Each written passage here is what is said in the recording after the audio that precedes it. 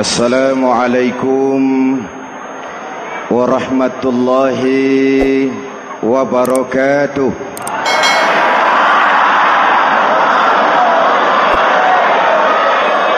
Para ulama yang saya muliakan, hadirin hadirat ma'asyiral muslimin yang saya cintai, banyak kita alami perubahan-perubahan yang terjadi, baik perubahan yang menyangkut sosial budaya, lebih-lebih yang menyangkut sosial politik. Yang tidak banyak mengalami perubahan adalah sosial ekonomi.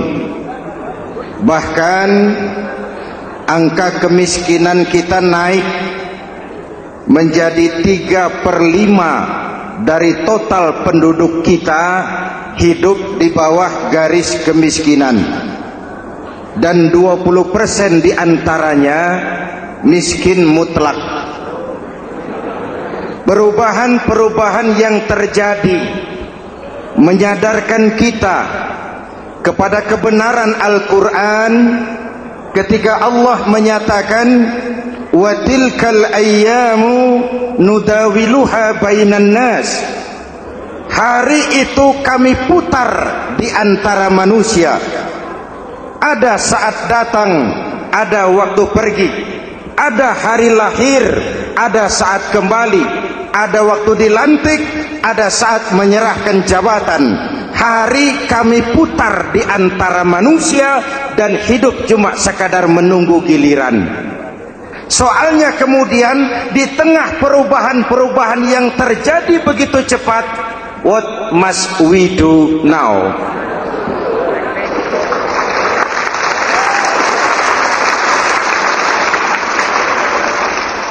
Saya juga nggak ngerti itu. Yang penting kan penampilan. Saudara-saudara kaum muslimin di seluruh tanah air, jadi pemimpin adalah pelayan bagi orang yang dipimpinnya. Okelah, perbaikan ekonomi, pembukaan lapangan kerja baru kita serahkan kepada pemerintah, karena kita percaya mereka orang-orang terpilih belaka yang dipilih dengan kepercayaan akan mampu membawa rakyat keluar dari kesulitan. Amin. Tugas kita sekarang di zaman susah meluruskan akidah. Jangan sampai mbah dukun yang naik ke permukaan. Betul? Islam misinya yang pertama membebaskan manusia dari kemusyrikan. 13 tahun Rasul berjuang di Makkah, menanamkan akidah, meluruskan keyakinan, membentuk iman. 13 tahun membebaskan manusia dari belenggu kemusyrikan. 13 tahun menanamkan la ilaha illallah Muhammadur Rasul dengan seluruh konsekuensinya. Kalau saya yakin tidak ada Tuhan selain Allah, saya tidak akan minta tolong kecuali hanya kepada Allah. Saya tidak akan pernah takut kecuali hanya kepada Allah. Saya tidak akan menggantungkan hidup kecuali hanya kepada Allah. Saya tidak akan minta rizki kecuali hanya kepada Allah. Saya tidak akan melarikan persoalan kecuali hanya kepada Allah. Kalau konsekuen dengan keyakinan ini, mbah dukun nggak dapat tempat.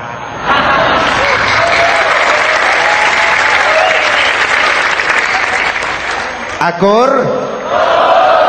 Ayo lihat secara sederhana. Saya sandaran di tiang, tiangnya ambruk, sayanya jatuh. Saya sandaran di tembok, temboknya runtuh, saya juga runtuh. Saya sandaran kepada orang kaya, dia jatuh miskin, saya bangkrut. Saya sandaran kepada jenderal, dia pensiun, saya selesai. Tapi kalau saya sandaran hanya kepada Allah, Allah tidak akan pernah miskin, Allah tidak akan pernah lumpuh, Allah tidak akan pernah terpuruk, dan Allah tidak akan pernah berkurang kekuasaannya.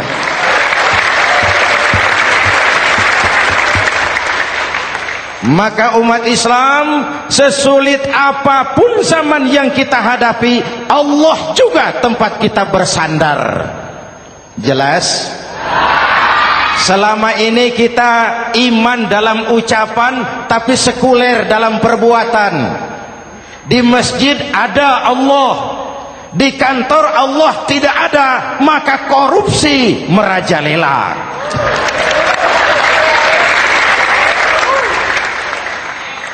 Di masjid ada Allah, di pasar Allah tidak ada, maka timbangan tetap curang. Kita iman dalam ucapan, tapi sekuler dalam perbuatan. Oleh karena itu, sesulit apapun zaman yang kita hadapi, iman jugalah pegangan kita, Allah juga tempat kita bersandar. Boleh zaman berubah, akidah jangan sampai goyah.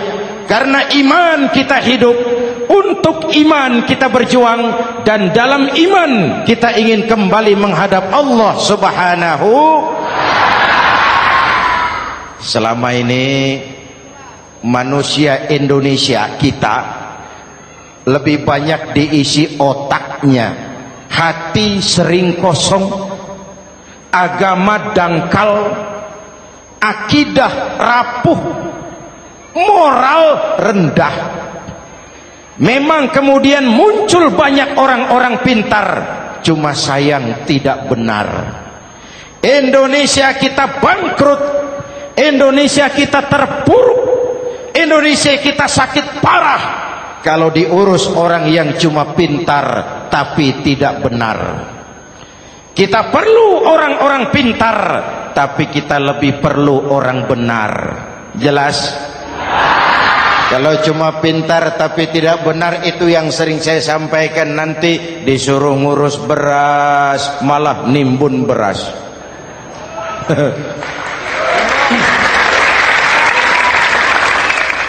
Disuruh ngurus laut malah jadi bajak laut. Disuruh ngurus hutan rame-rame jadi orang hutan. Jutaan hektar hutan Indonesia kita ini merupakan kekayaan sumber daya alam kita yang harus digunakan bagi sebesar-besar kemaslahatan rakyat.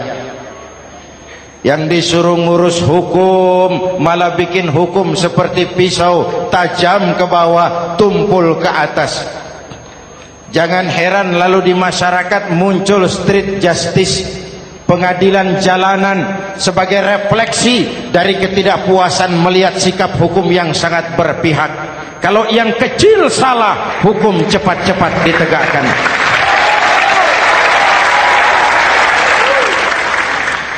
Lihat saja sekarang ini, kalau orang terkenal banyak uang, punya masalah, antri yang bela. Betul?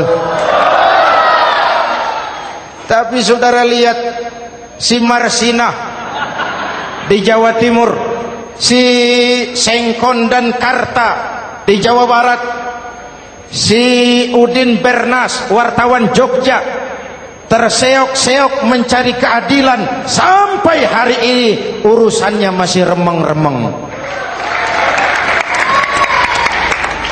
Kenapa bisa begitu? Jawabannya sederhana, tidak ada fulus.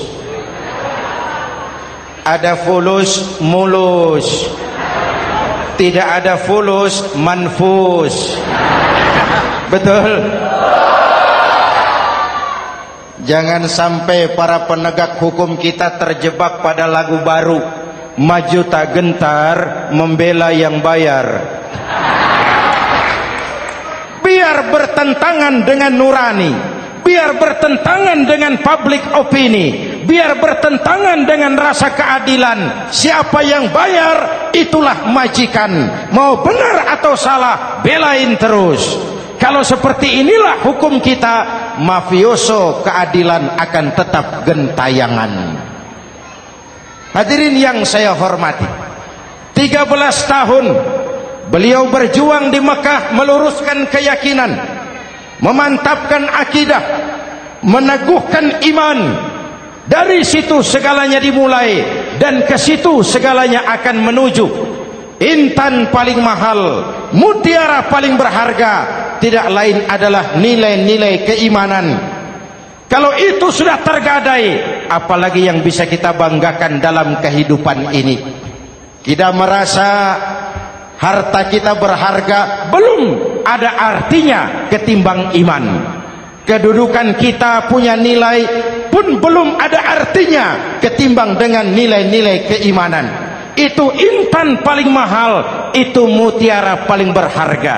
Harta baru ada manfaatnya kalau dilandasi dengan iman. Jabatan dan kedudukan baru terasa gunanya kalau dilandasi dengan keimanan. Kalau jabatan lepas dari iman, yang akan lahir Fir'aun baru. Jelas? Kalau harta terlepas dari iman, yang akan muncul adalah konglomerat Korun. Kalau ilmu pengetahuan terlepas dari nilai dasar keimanan, maka yang akan muncul adalah ilmuwan pelacur yang menyalahkan yang benar, membenarkan yang salah untuk kepentingan pribadi. Dan kondisi seperti itu tidak akan membuat kita makin sehat. Oleh karena itu pada kesempatan ini, pesan pertama saya, menghadapi zaman susah tetap jaga akidah, tetap pelihara keyakinan. Kesulitan bukan untuk ditakuti, untuk diatasi. Hidup adalah kerja keras, bukan keajaiban. Perubahan tidak akan datang hanya dengan simsalabim abragadabra. Perubahan tidak akan muncul hanya dengan berandai-andai. Perubahan tidak akan turun dari langit seperti turunnya embun di waktu malam. Perubahan adalah kerja keras, sehingga Al-Quran membimbing kita, innallaha la yughayyiru ma biqaumin hatta yughayyiru ma bi anfusihim. Allah tidak akan mengubah keadaan suatu bangsa kalau mereka tidak mau mengubah apa yang ada di dalam diri mereka. Yang ada di dalam diri itu rule of thinking, state of mind, cara kita berpikir, cara kita memandang kehidupan, cara kita mengatasi persoalan. Hadirin yang saya hormati, inilah iman. Berangkat dari ini kita menyadari ini ujian buat kita rakyat.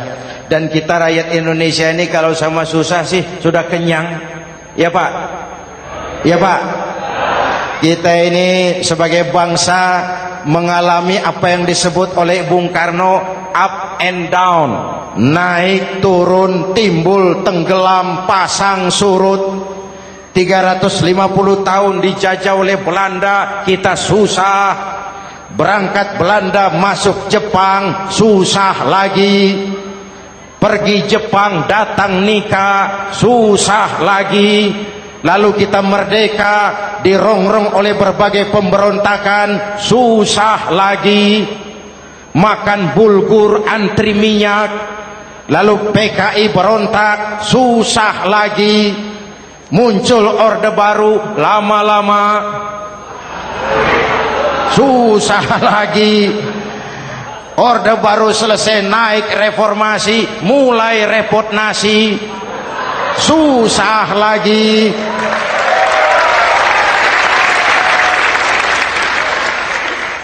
Kalau susah kita ini sudah akrab, sudah intim. Mestinya kalau sudah susah seperti itu, jangan salah sikap menyikapi kesusahan. Jangan sampai kita potong kompas, ambil jalan pintas, terjebak menghalalkan segala cara. Itu tidak akan menguntungkan, itu tidak akan menyelesaikan. Kalaupun selesai, nampaknya penyelesaian sesaat, dan penyelesaian sesaat bukan penyelesaian yang sebenarnya. Karena itu tetaplah dalam koridor keimanan. Boleh zaman berubah, akidah jangan sampai goyah. Silahkan masa berganti, tapi keyakinan jangan mati. Sekali la ilaha illallah, sampai tetes tetes darah paling penghabisan, tetap la ilaha. Sanggup? 3 orang. Sanggup? 21. Sanggup? Kalau sanggup kita harus konsekuen. Saudara-saudara di seluruh tanah air, misi yang kedua dari Islam setelah membebaskan manusia dari kemusyrikan, membebaskan manusia dari ras diskriminasi, mengikat manusia dengan tali akidah. Sebelum Islam datang, manusia dibedakan oleh warna kulit, manusia dibedakan oleh faktor keturunan, manusia dibedakan oleh faktor harta dan benda. Adalah Rasul yang mengajarkan, innallaha la yanzuru ila suwarikum wala ila amwalikum walakin yanzuru ila qulubikum wa a'malikum. Allah tidak melihat potonganmu, Allah tidak melihat hartamu. Yang Allah lihat itu adalah hatimu dan amal perbuatanmu. Jauh sebelum Amerika teriak-teriak membanggakan apa yang mereka sebut sebagai Declaration of Independence, Nabi sudah mengajarkan kepada kita semua, An-nas kulluhum li Adam wa Adam min turab la fadla li Arabiyyin ala ujamiyyin illa bittaqwa. Seluruh manusia berasal dari Adam. Adam diciptakan dari tanah. Tidak ada kelebihan Arab dengan yang bukan Arab kecuali takwanya. Jauh sebelum Amerika mencanangkan bahwa semua manusia dilahirkan sama, that all men are created equal. Jauh sebelum itu Islam sudah membebaskan manusia dari ras diskriminasi. Apa dalam konteks kekinian menghadapi zaman susah tetap jaga kerukunan? Ya Pak, ya Bu, oi Bu, menghadapi zaman susah tetap jaga kerukunan, baik antar umat seagama, antar umat beragama, maupun antar umat beragama dengan pemerintah. Menjaga kerukunan, jangan saling sikat sikut di antara kita. Sebab kalau sudah rukun, saya ajak berhitung, 1 ditambah 1 sama dengan, itu matematika namanya, hasilnya pasti. Tapi angka sosial hasilnya aneh. Saya ubah jadi angka sosial. Ayo kita berhitung lagi. 1 orang takut ditambah 1 orang takut sama dengan 2 orang setengah berani. Kenapa setengah berani? Karena sudah berdua. Tadi kan takut sendiri. Kalau sama-sama takut berkumpul jadi setengah berani. Kalau ditambah 1 orang takut lagi, 1 orang takut ditambah 1 orang takut ditambah 1 orang takut sama dengan 3 orang berani. Kenapa jadi berani? Karena sudah bertiga. Kita yang lemah, kita yang marginal, kita yang dikucilkan, bahkan kita yang dilecehkan, kalau mau rukun kita akan kuat dan tidak bakal dipermainkan orang.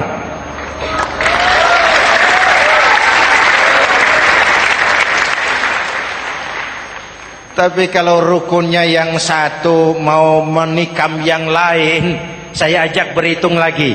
Yuk berhitung yuk. 1 ekor ayam ditambah 1 ekor musang sama dengan 1 ekor musang. Kemana ayamnya? Dimakan musang. Betul nggak nih hitungan? Ayo kita hitung lagi. 1 ekor ayam ditambah 1 ekor musang sama dengan 1 ekor musang. Kemana ayamnya? Dimakan musang. Jadi kalau kita suka kumpul dengan orang yang mau makan kita, selesailah kita.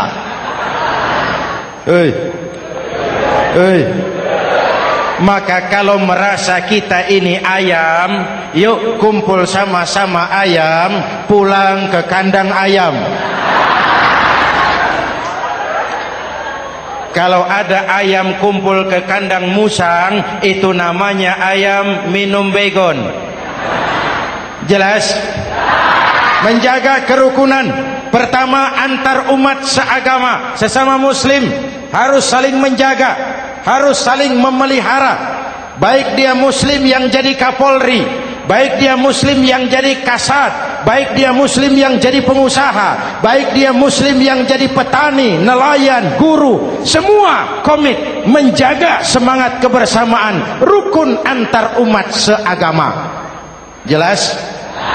Jelas? Hadirin yang saya hormati, atas dasar itu saya ingatkan kembali, kita semua ingin persoalan terorisme dilepaskan kaitannya dari agama manapun. Tidak ada kaitannya terorisme dengan Islam, dengan Kristen, dengan Hindu, dengan Buddha. Tidak ada kaitannya terorisme dengan pondok pesantren.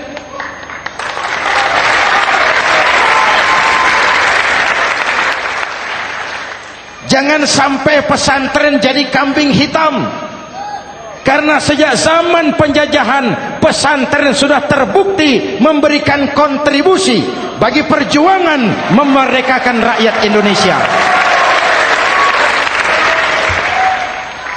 Rukun antar umat seagama. Yang kedua, rukun antar umat beragama. Islam ini rahmatan lil. Jangankan manusia walaupun berbeda agama, binatang saja dihormati. Ada hadis, fa iza zabahtum fa ahsinuz zibhata. Kalau kamu menyembelih hewan, sembelihlah dengan cara yang terbaik. Jangan menyembelih ayam dengan pisau tumpul. Itu namanya tidak berperi kebinatangan. Yang kecil lagi, saudara buka babul istinja, makruh buang air kecil di tanah yang berlubang. Sebab apa? Pertama, menjaga kesehatan. Siapa tahu di lubang yang saudara buang air kecil itu ada gas beracun. Kalau tidak, melindungi binatang yang ada di dalam lubang. Siapa tahu di lubang yang saudara buang air kecil itu ada semut sedang rapat membahas terorisme. Apa dosanya lalu mati dikencingi? Ini namanya rahmatan lis semut. Binatang saja dilindungi. Maka perbedaan agama tidak harus menyebabkan kita bertolak belakang. Perbedaan agama bukan alasan untuk saling bermusuhan. Apalagi kita sudah menyadari tentang kemajmukan kita, tentang kebinekaan kita, tentang keragaman kita. Rukun antar umat beragama, saling menghormati, saling menghargai, tapi tetap dalam batas lakum dinukum. Lalu rukun antar umat beragama dengan pemerintah. Hadirin yang saya hormati, yang benar kita dukung, yang salah kita perbaiki dan kita tegur menurut cara-cara yang diajarkan oleh agama kita. Dan sholat berjamaah, pendidikan bernegara yang paling bagus. Tadi kita sholat ada imam, ada makmum, betul? Makmum wajib ikut imam kalau imam benar sholatnya. Rakyat wajib ikut pemimpin kalau pemimpin benar mimpinnya. Masyarakat Islam ini loyal. Masyarakat Islam ini bukan pemberontak. Masyarakat Islam ini taat dan setia kapan? Kalau imamnya benar. Imam takbir, makmum. Imam ruku, makmum. Imam i'tidal, makmum. I'tidal. Imam sujud, makmum. Tapi kalau imam keliru, mestinya imam ruku malah sujud. Salah imam ini. Tegur. Siapa yang wajib negur? Makmum yang sop terdepan. Anggota DPR.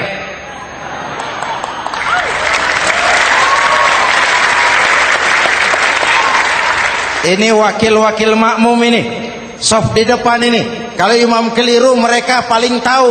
Ngomong. Tegur. Bagaimana negurnya? Ada aturan main. Mestinya ruku, imam sujud. Salah ini imam. Subhanallah. Kan begitu negurnya. Betul? Tidak boleh juga imam keliru, makmum emosi. Main pegang. Weh, makmum salah. Hoi, hoi. Kacau sholat. Betul? Anggota dewan ini, soft di depan. Itu kalau imam keliru. Satu saat imam buang angin.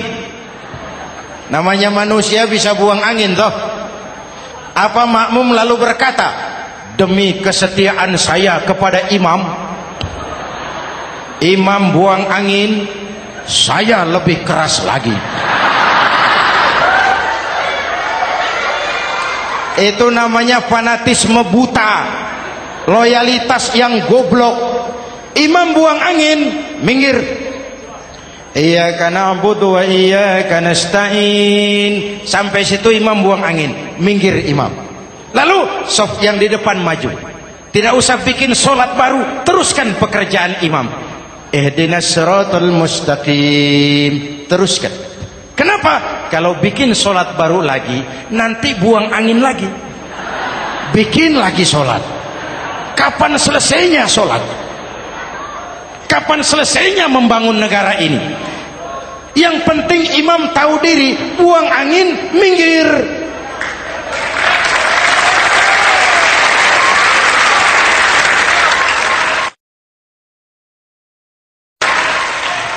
Ini kacaunya sholat berjamaah kita sekarang. Kacaunya negeri kita sekarang. Banyak imam sudah buang angin, gengsi. Dia aja merasa nggak punya salah. Dikasih tahu sama makmum, imam tadi buang angin ya, malah jawab sedikit. Apa kalau sedikit lalu tidak batal sholat itu?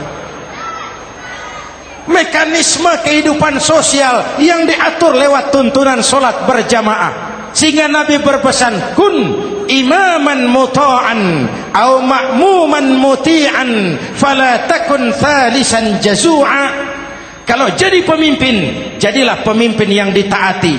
Kalau jadi makmum, jadilah makmum yang mentaati. Jangan jadi golongan ketiga pemecah belah. Di depan tidak jalan, di belakang takut, ditaruh yang di tengah, di depan didorong, yang belakang ditendang.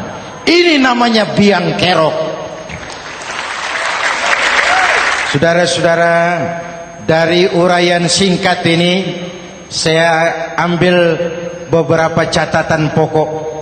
Pertama, kalau ada intan paling mahal, kalau ada mutiara paling berharga dalam hidup kita, itu tidak lain adalah karena keyakinan. Hidup jadi indah, hidup jadi berharga, hidup jadi berarti kalau didasari atas sebuah keyakinan. Dan keyakinan itu tidak lain adalah nilai iman kita, akidah kita kepada Allah Subhanahu wa taala. Yang kedua, tetap menjaga kerukunan. Sesulit apapun zaman yang kita hadapi, kita tetap harus menjaga semangat kebersamaan. Kita harus tetap menjadi lem perekat yang menjaga keutuhan, baik sebagai bangsa maupun sebagai umat. Perbedaan adalah wajar, harus dihormati sebagai ciri kehidupan berdemokrasi. Tapi jangan perbedaan menjadi sebab kita bermusuhan, dan jangan perbedaan menyebabkan kita saling berpecah belah. Hormati perbedaan, jangan perbedaan dipandang sebagai permusuhan. Dengan akidah yang kuat dan kebersamaan yang kokoh, ayo kita hadapi kesulitan, kita atasi kesulitan, dan dengan kerja keras untuk menyongsong hari esok yang lebih pasti. Mari kita Fatihah, semoga Allah memelihara kita bangsa Indonesia ala hadhihi niyyah wa ila hadratin nabi. Al-Fatihah.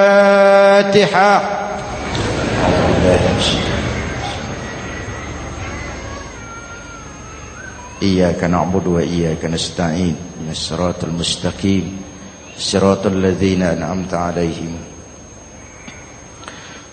Bismillahirrahmanirrahim. Amin. Alhamdulillahi rabbil alamin. Allahumma salli wa sallim wa barik ala sayyidina Muhammadin wa ala alihi wa sahbihi ajma'in. Allahumma rabbana taqabbal minna salatana wa siyamana wa qiyamana wa takhashu'ana wa ta'abbudana wa tammim taksirana ya arhamar rahimin. Allahumma aslih man fi salahihi salahul muslimin. Allahumma ahlik man fi halakihi salahul muslimin. Allahumma rabbana la tu'akhizna in nasina aw akhtana. Rabbana wa la tahmil alaina isran kama hamaltahu ala alladhina min qablina. Rabbana wa la tuhammilna ma la taqata lana bih wa'fu 'anna waghfir lana warhamna anta maulana fansurna 'alal qaumil kafirin. Allahumma ij'alna minas su'ada'il maqbulin wa la taj'alna minal ashqiya'il mardudin. Afdalu ma qultuhu ana wan nabiyyuna min qabli. La ilaha illallah.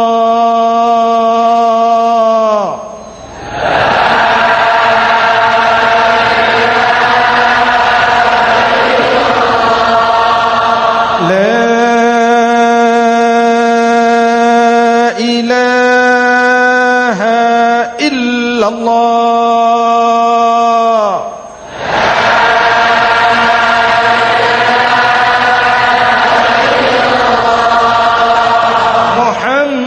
Muhammadur Rasulullah.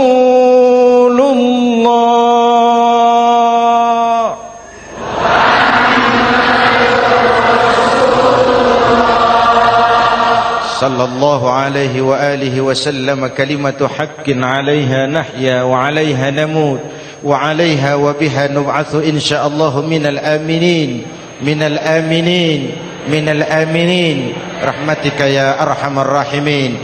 Sallallahu ala sayyidina Muhammad wa ala alihi wa sahbihi ajma'in. Ana rabbika rabbil izzati amma yasifun. Salamun alal mursalin walhamdulillahi rabbil alamin. Jumpa lagi di lain kesempatan insyaallah. Wassalamu alaikum warahmatullahi wabarakatuh.